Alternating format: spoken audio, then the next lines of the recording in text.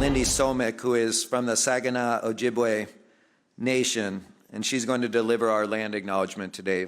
The DNC acknowledges and honors the Dakota Oyate, the Dakota people, who are the original stewards of the lands and waters of Minneapolis. James Carville was going ballistic on the DNC over that atrocity that you just witnessed. They began their summer meeting with a land acknowledgement.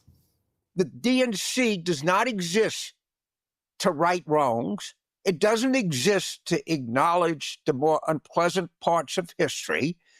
It doesn't exist to make people feel good. It exists, get this through your head, to win elections.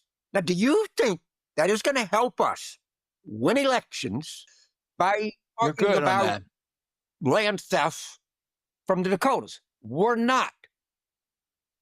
Please stop this in the name of a just, merciful God. No, you don't have but one job, Ken. You're supposed to try to win elections.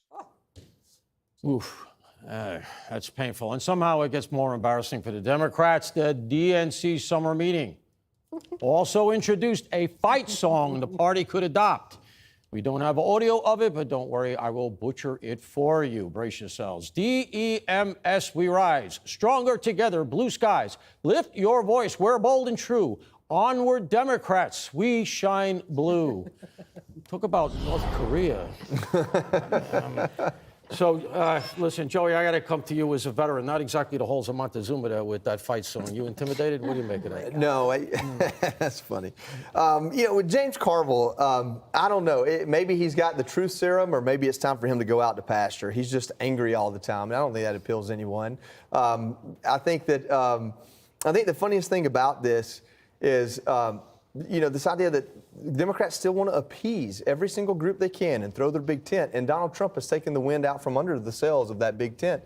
There are no more disenfranchised group of people in this country than Native Americans, and we've talked them into doing it to themselves. There's a lot there. There's a lot there you could fix or offer solutions to Native American people that live, especially those that live on reservations, and have said, you know what, rather than going out and pursuing the American dream, I'm going to stay on the reservation where at least I know there's a paycheck that comes in, and then things like alcoholism run rampant. There's a lot of problems there. But instead, your way of addressing them is to patronize them about some myth of a stolen land from hundreds of years ago. I don't know. If that's how they reach out to every group of people that have problems that need to be fixed, maybe Donald Trump will be in for another term.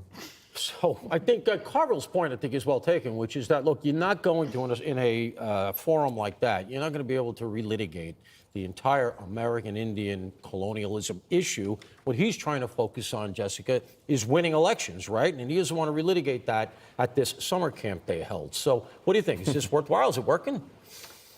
James Carville? Yeah, the whole thing, the idea of holding a summer camp where you're going to say, let's go back to American history.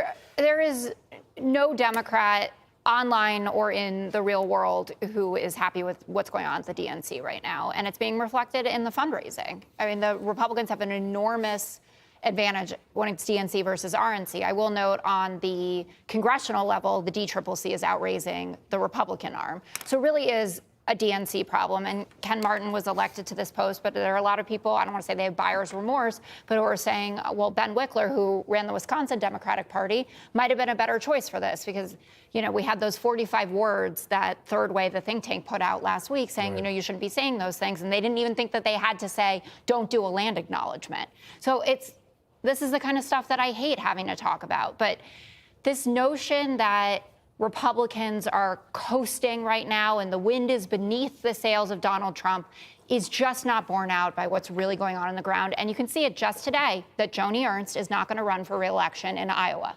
She is someone who is very popular. She talked about for leadership roles. Suddenly, she's not going to run. And what's really interesting is earlier in the week, there was a special election in Iowa State House, a seat that went with Trump 11.5 points, 20-point swing in the other direction, and now the Democrat has broken the Republican supermajority.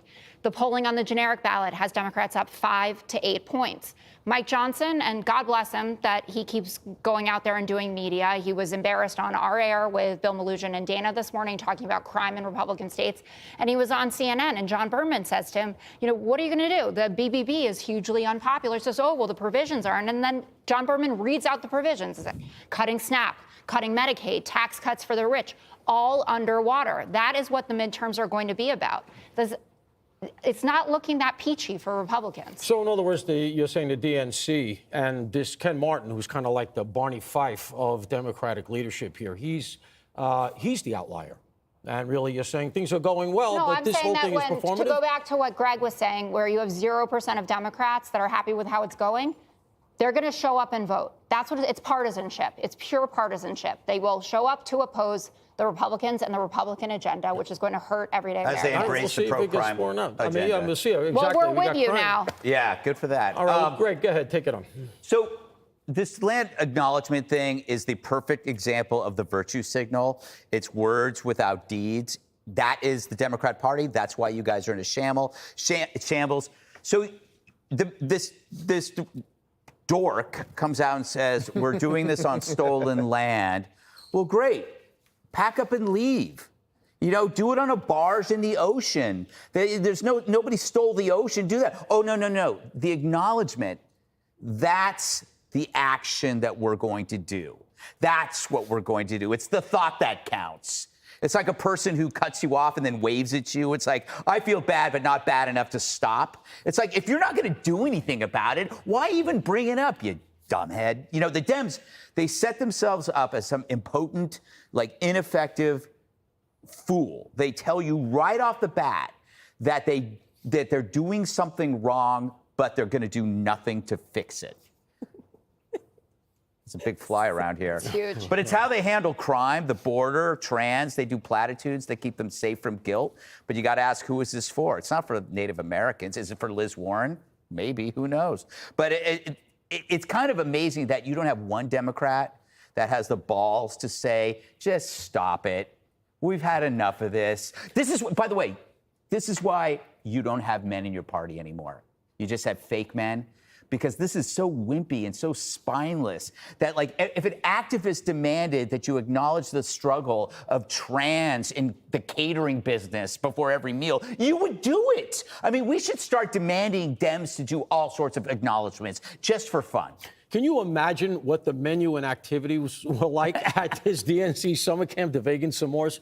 Sandra, what do you got on this in the time we have? It's hard to question a fellow Tiger. But James Carville, isn't this what they laid out as the latest playbook from the DNC? It was to get out there and swear and cuss. And Yeah. Fight. Yeah, we haven't heard that make before. fun. All this kind of thing. I mean, I think that's what we just saw from him. I don't know if that anger works. It hasn't in the past for Democrats.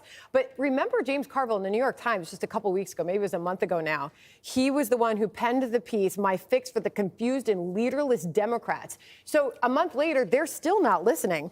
But he said, Ken Martin, the DNC chair, he said, I'm sick and tired of Democrats bringing a pencil to a knife fight. He went on to say, we got to stand up and fight. This is more Donald Trump playbook, right? Yeah, exactly. Fight comes to mind. Exactly. I don't know that the Democrats have done any studying, and I don't know if they know who they are, and that's where we are. Well, it seems like the DNC is going one way. According to Jessica, the electorate's going the other. We'll have to see in the midterms. Okay, up next, Democrats are going way too far with their rhetoric. A lawmaker is calling for an uprising against ICE agents. Click here to subscribe to the Fox News YouTube page to catch our hottest interviews and most compelling analysis. You won't get it anywhere else.